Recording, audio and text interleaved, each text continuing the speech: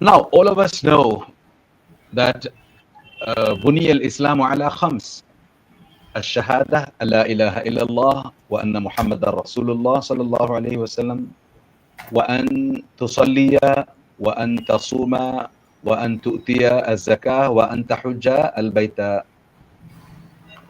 Of course, there is this condition that applies that من استطاع إليه سبيلا.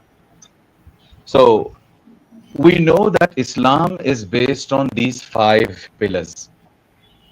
That you would make a declaration that there is no one worthy of worship except Allah Azza wa Jal Himself, which means we are not going to worship anyone else besides Allah Azza wa Jal, because He alone deserves our worship.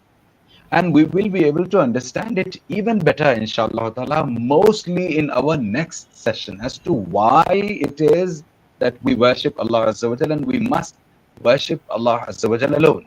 Why?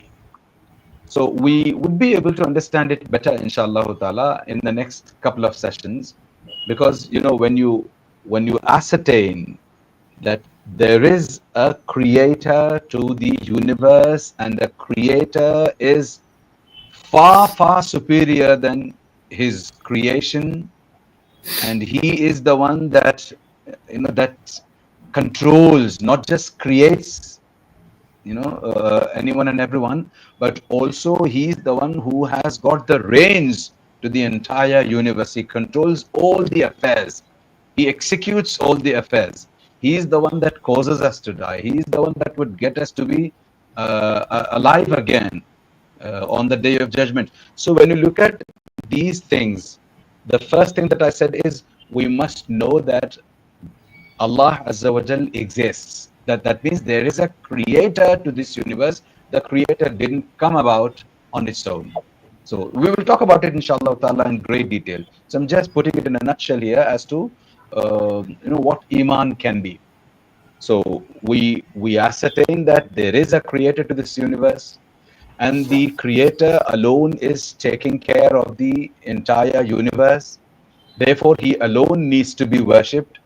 Also, especially because his names and attributes are none in comparison. I mean, when you compare his names and attributes to anyone, he is far, far superior. Which is why Allah Azza wa Jalla Himself says in the Quran, "Laysa kamithlihi shay." So his names and attributes are like no one else's. So that's how perfect his names and attributes are.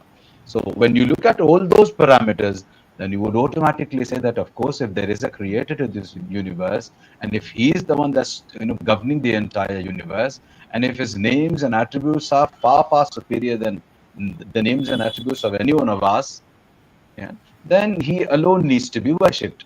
So this is what Iman is, and or should I say, this is what can get you to make that declaration that Allah Azza wa Jal alone is worthy of worship. So that's a little bit about the first pillar of the religion of Islam.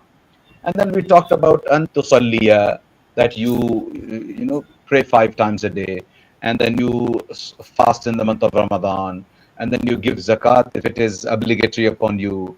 Similarly, you go for Hajj if it is, if you qualify to go for Hajj. That means if you have got the finances and if you're physically fit, you can go, then you should go for Hajj. So these are the pillars that make up the religion of Islam.